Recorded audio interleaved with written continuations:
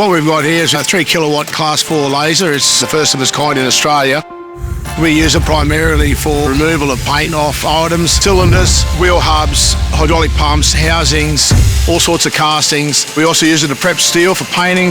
Traditionally, we would pack up our components that we needed to have clean. We outsource them to vendors for sandblasting, soda blasting, acid tanking, and other paint prep procedures. Whereas here, it's all in-house in a controlled environment and nothing leaves the yard.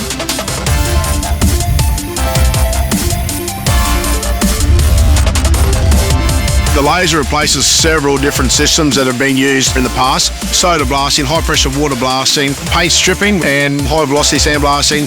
Sandblasting typically involves a bulky suit, and in summer it's a fairly uncomfortable business to be in. You're restricted for breathing, you're hot, you're sweaty. The benefits with the laser is you're in an open room, plenty of ventilation, fumes are very minimal. It just instantly disintegrates paint and the material that you're trying to clean off.